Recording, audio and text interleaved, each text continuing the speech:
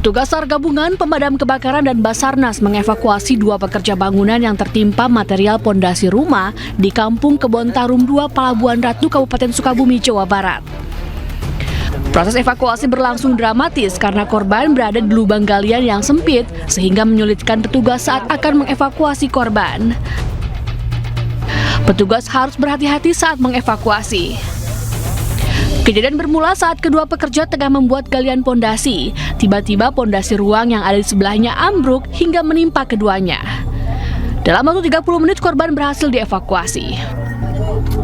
Si korban itu terhimpit pondasi, terus kemudian ini kan ada tanah galian yang menjepit mereka ya, sehingga kesulitannya karena memang ini rapat sekali ya antara pondasi dengan galian. Nah, tetapi kita berupaya, alhamdulillah dengan kerjasama tim ini bisa kita segera evakuasi. Korban selanjutnya dibawa ke Rumah Sakit Umum Daerah Pelabuhan Ratu untuk mendapatkan penanganan medis. Dari Sukabumi, Jawa Barat, Budi Setiawan, iNews melaporkan.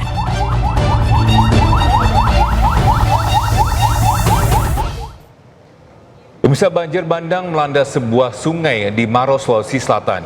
Akibatnya peresmian sebuah sekolah pun harus tertunda.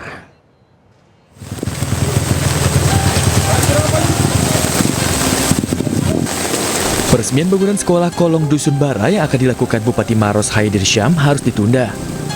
Hal ini dikarenakan dalam perjalanannya rombongan Pemkab Maros terjebak banjir bandang. Di tengah kondisi hujan yang deras, rombongan Pemkab Maros terpaksa melanjutkan perjalanan dengan berjalan kaki sejauh 3 km dengan medan yang cukup terjal. Lokasi peresmian sekolah yang berada di Dusun Bara merupakan salah satu daerah terpencil di Desa Bonto Somba, Kecamatan Tompo Buluk, Sulawesi Selatan.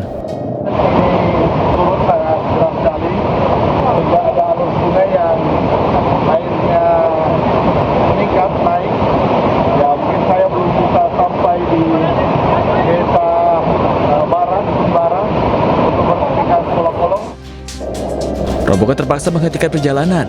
Banjir menggenangi sungai menjadi satu-satunya akses menuju sekolah. Dari Maros, Sulawesi Selatan, Tim Liputan, iNews melaporkan. Tim SAR gabungan berhasil mengevakuasi 1 jenazah korban banjir bandang di Kabupaten Kepulauan Sitaro, Sulawesi Utara. Ya, jumlah korban meninggal jadi 16 jiwa, 4 lainnya masih dalam pencarian. Bisa 1 korban banjir bandang di Kepulauan Siau berhasil dievakuasi tim SAR gabungan dari BRIMOB dan TNI Angkatan Laut. Jasad korban ditemukan terjepit di antara material batu, pasir, dan batang pohon di Kelurahan Bahu, Kecamatan Siau Timur, Kabupaten Kepulauan Sitaro, Sulawesi Utara. Jasad korban langsung dievakuasi ke rumah sakit setempat. Dari data BPBD setempat, banjir bandang dan longsor menyebabkan 16 orang meninggal dunia, 18 luka-luka, dan 4 orang hilang. Sementara 261 warga harus mengungsi.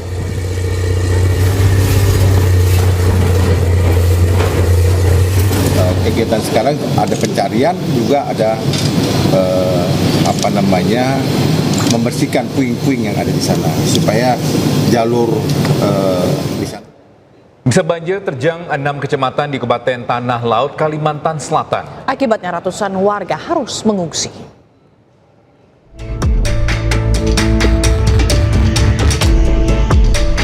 Banjir masih terus menggenangi 6 kecamatan di Kabupaten Tanah Laut, Kalimantan Selatan. Sedikitnya 91 kepala keluarga atau 270 jiwa telah mengungsi di sebuah pondok pesantren akibat bencana ini. Banjir yang terjadi sejak menjelang tahun baru ini merendam permukiman di sejumlah kecamatan, mulai dari Kecamatan Pelaihari, Bajuin, Kurau, Bumi Makmur, Bati-Bati, hingga Tambang Ulang. Merasa takut. Dalam nggak dalam? Dalam, Bu. Berapa? Dalamnya hampir segini. Ya. Meteran pula? Kira-kira semeter. Itu sini lah. Kalau berdiri di bawah tuh di sini. Semuanya sudah? Semuanya sudah. Ya. Berapa orang jadi? Kami hanya 3 orang, 4 sama anak bayi itu. Data dari BPBD mencatat sekitar 2.504 rumah tergenang dan 1.000 lebih terdampak bencana ini. 6 sekolah juga terpaksa diliburkan karena ruangan sekolah yang terendam banjir. Dari Pelaihari Tanah Laut, Zulkifli Yunus, iNews melaporkan. Pemirsa, seorang wisatawan warga negara asing tewas saat bermain jet ski di Pantai Buffalo, Pelabuhan Ratu, Sukabumi, Jawa Barat. Ya, jet ski korban terbalik usai dihantam ombak besar, sementara teman perempuan korban dalam kondisi kritis. 3 orang maut, 2 anak ya maut, 3 orang ya. Seorang warga negara asing asal Saudi Arabia mengalami kecelakaan laut saat bermain jet ski bersama teman perempuannya di Pantai Buffalo, Kecamatan Pelabuhan Ratu, Kabupaten Sukabumi. Warga dan pengunjung langsung berupaya mengevakuasi kedua korban ke bibir pantai. Naas, warga negara asing yang belum diketahui identitasnya ini tewas akibat mengalami luka parah. Sementara teman perempuannya yang merupakan penumpang jet ski alami kritis.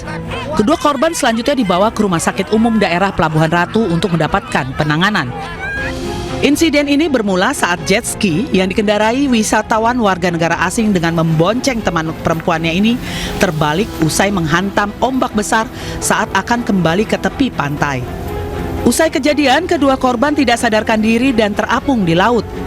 Jasad WNA tersebut saat ini masih berada di ruang instalasi jenazah RSUD Pelabuhan Ratu. Sementara korban kritis masih menjalani perawatan intensif. Mencoba merobos ombak. Nah, ada ombak yang besar, ditabrak lah. Langsung si jet ski ini kebalik. Nah, itu kelihatan banget ada benturan di situ. Jadi udah posisi, saya udah feeling wah ini nggak bakal ini nih, nggak bakal sadar. Jadi udah posisi duanya udah ngapung. Pas tabrakan nabrak ombak itu udah ngapung dua-duanya. Berarti korban terlempar dari jet ski? Nggak terlalu jauh Pak, terlempar tapi nggak terlalu jauh. Saat ini kasus kecelakaan telah ditangani pihak kepolisian Resort Sukabumi. Bisa tim SAR gabungan menemukan satu jenazah yang diketahui adalah putra dari pelatih Valencia Fernando Martin Carreras, warga negara asing asal Spanyol pada hari ke-12 pencarian. Petugas menemukan jenazah yang diketahui bernama Martin Garcia Mateo, berumur 11 tahun, WNA Spanyol, di bangkai kapal KM Putri Sakinah di perairan Pulau Padar. Informasi penemuan berawal dari laporan nelayan setempat. Setelah dievakuasi, jenazah korban selanjutnya dibawa menggunakan kapal negara SAR Punta Dewa menuju Pelabuhan Marina Labuan Bajo. Sebelumnya pada hari ke-10 pencarian, tim SAR gabungan juga telah menemukan jenazah Fernando Martin Carreras, pelatih tim sepak bola wanita Valencia CF Femenino B asal Spanyol. Hingga saat ini, operasi SAR masih terus dilanjutkan untuk mencari korban lain yang masih dinyatakan hilang. Korban diketemukan bersama dengan bodi kapal. Selanjutnya korban dievakuasi menuju ke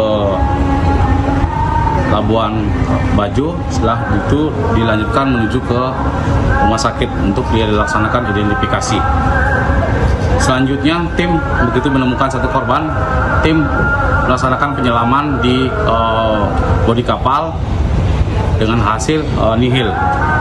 Demikian disampaikan terkait dengan satu korban sudah ditemukan dalam kondisi meninggal. Pemirsa, perjuangan beberapa guru di Aceh Tengah yang mulai mengajar kembali pasca bencana banjir bandang dan tanah longsor mendapat apresiasi dari netizen. Beberapa guru harus bertaruh nyawa menyeberangi aliran deras sungai menggunakan seling menuju sekolah.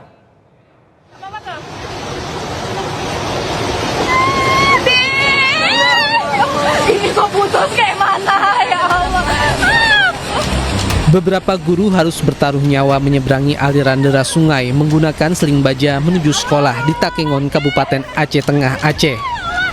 Guru-guru yang akan mengajar di Desa Bah harus mengantre setiap pagi untuk menaiki sebuah kotak yang digantung menggunakan tali baja dan menyeberangi sungai berarus deras.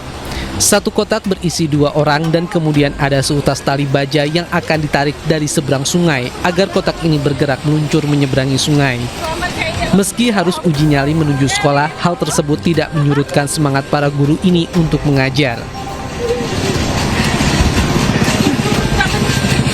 Berkali ke kami ini.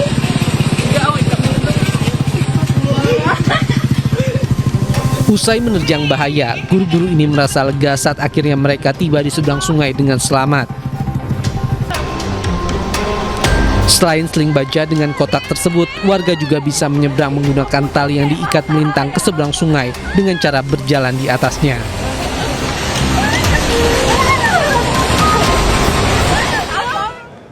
Ya, sementara itu tim dari Badan Pengelola Migas Aceh bersama SDM Aceh menyelidiki fenomena gelembung gas yang muncul pasca banjir Kabupaten Nagan Raya Aceh. Penyelidikan dilakukan menggunakan detektor gas dan pengambilan sampel air dari gelembung gas.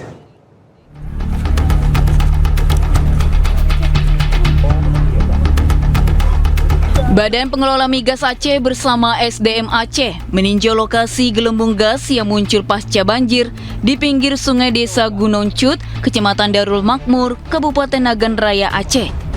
Tim memeriksa sejumlah titik gelembung gas yang aktif dengan menggunakan alat multigas detektor.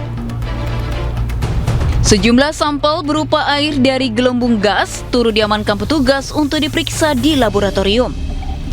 Hasil pemeriksaan sementara, diduga gelembung gas tersebut merupakan gas rawa dan tidak berbahaya. Namun tim ahli akan tetap mengkaji lebih dalam terkait kandungan gas tersebut. Dan sementara ini adalah gas rawa.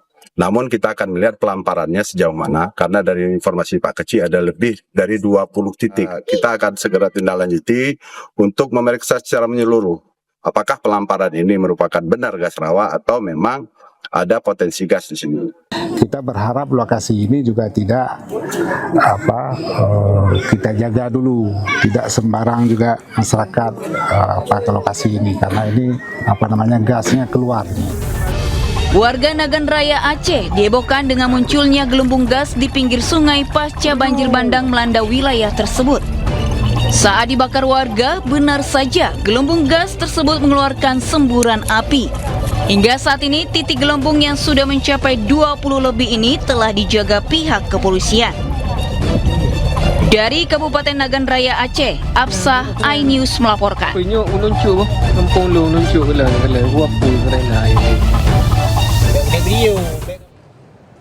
Ya pemirsa, warga Jorong Tepi Nagari, Kabupaten 50 Kota, Sumatera Barat mendadak gempar. Ya, sebidang sawah milik warga tiba-tiba amblas dan membentuk lubang besar.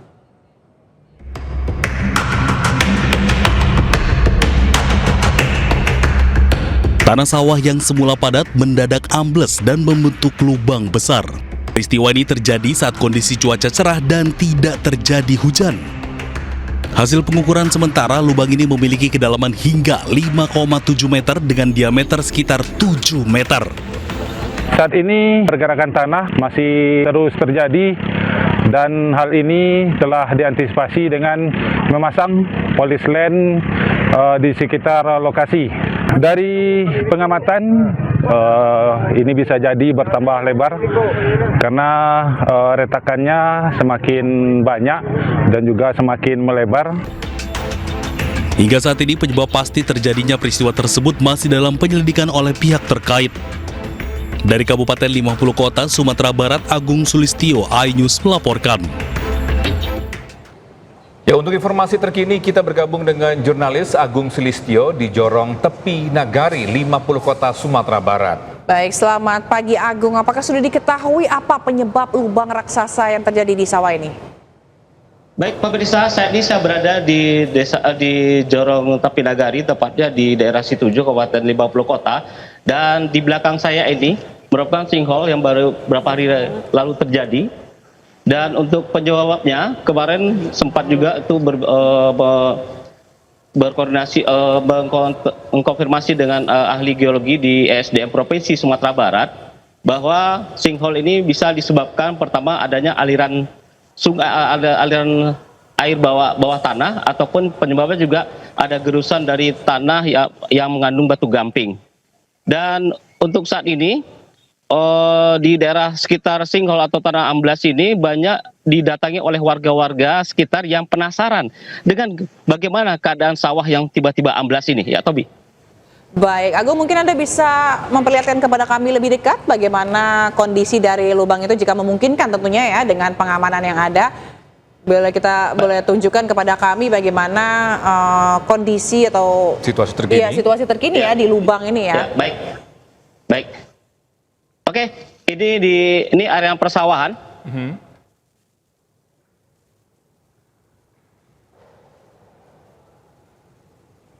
Ya, ini area persawahan. Ya, area persawahan yang tergenang oleh aliran air dari sinkhole. Ya. Ya, Agung. Dan ini adalah Ya, Agung. Tommy, ya, ini sinkhole. Ya. Nah, ini sinkhole ya. Dan ini ada warga yang penasaran ini datang ke lokasi. Ini mereka datang dari berbagai daerah di Sumatera Barat, bahkan ada yang dari Riau karena penasaran ke daerah Situju ini. Nah, ini kondisi air sudah mulai berwarna biru. Ya. Baik, Agung, dari segi kedalaman seberapa besarnya sinkhole ini? Oke, dari pengukuran sementara dari pihak BPBD Kabupaten 50 Kota, ini memiliki diameter 7 meter dengan kedalaman 5,7 meter. Dan ini juga berpotensi akan melebar lagi karena masih ada runtuhan-runtuhan material atau tanah ini ke bawah. Ya, Tobi. Baik, kalau kita dengar tadi dari pernyataan Agung ini cukup dalam begitu ya, Togi, ya, 7 meter. Nah, ini kalau kita lihat juga tadi ada beberapa warga, ini apakah ada arahan untuk atau imbauan untuk menjauhi lokasi atau pengamanannya seperti apa agar warga tidak mendekat ke sinkhole ini? Jadi pihak kepolisian dan pihak BPBD serta pihak Nagari ini sudah memasang polis line di sekitar area lokasi, lebih kurang jaraknya 20 meter. Namun masih saja ditembus oleh warga yang merasa penasaran bahwa dengan kondisi tanah amblas ini, bahkan mereka tidak ragu atau tidak takut untuk mendekati. Padahal potensi untuk melebar ini cukup besar sekali. Ya, Tobi. Nah, itu adalah garis polisi. Ya, dari pemerintah setempat, apakah ada himbauan juga untuk akan mendalami kasus ini atau bagaimana, Agung? Baik, untuk pihak dari SDM Provinsi, ini akan mendalami, bahkan dari komunitas geologi, ini akan mendalami dari kasus sinkhole ini. Karena baru saja ini kita juga mendapat laporan, ada juga tanda-tanda akan terjadi sinkhole, tapi ini ada di daerah lain dan masih di kawasan Kabupaten 50 Kota. Berarti ada beberapa sinkhole begitu, Agung? Kalau yang sudah terjadi sinkhole itu ada di daerah Situju ini. Cuman tadi kita juga mendapat informasi ada daerah lagi yang ada potensi terjadi sinkhole. Berarti daerah ini pun juga rawan dengan kejadian atau enggak peristiwa sinkhole ini ya, Agung? Iya, betul sekali. Apalagi di daerah sini kalau menurut ahli geologi ini masih berada tidak jauh dari kaki Gunung Sago. Jadi potensi tanah sini banyak mengandung oleh tanah gamping. Dan itu juga mengakibatkan tanah gamping itu tergerus oleh air dan mengakibatkan tanah-tanah padat itu ambrol ke bawah. Dan juga diduga ini juga ada aliran bawah tanah yang ada di sekitar lokasi ini. Dan untung saja waktu kejadian pada pukul 11 itu ada warga yang memang sedang melihat akan menggarap ladangnya yang rencananya akan melakukan persiapan membajak area. Namun tiba-tiba tanahnya amblas dan ini langsung dilaporkan ke pihak kepolisian dan pihak Nagari dan kemudian langsung ditindaklanjuti oleh BPBD dan instansi terkait. Ya, Tobi. Baik, terima kasih Agung atas informasinya, melaporkan langsung 50 Kota Sumatera Barat. Selamat bertugas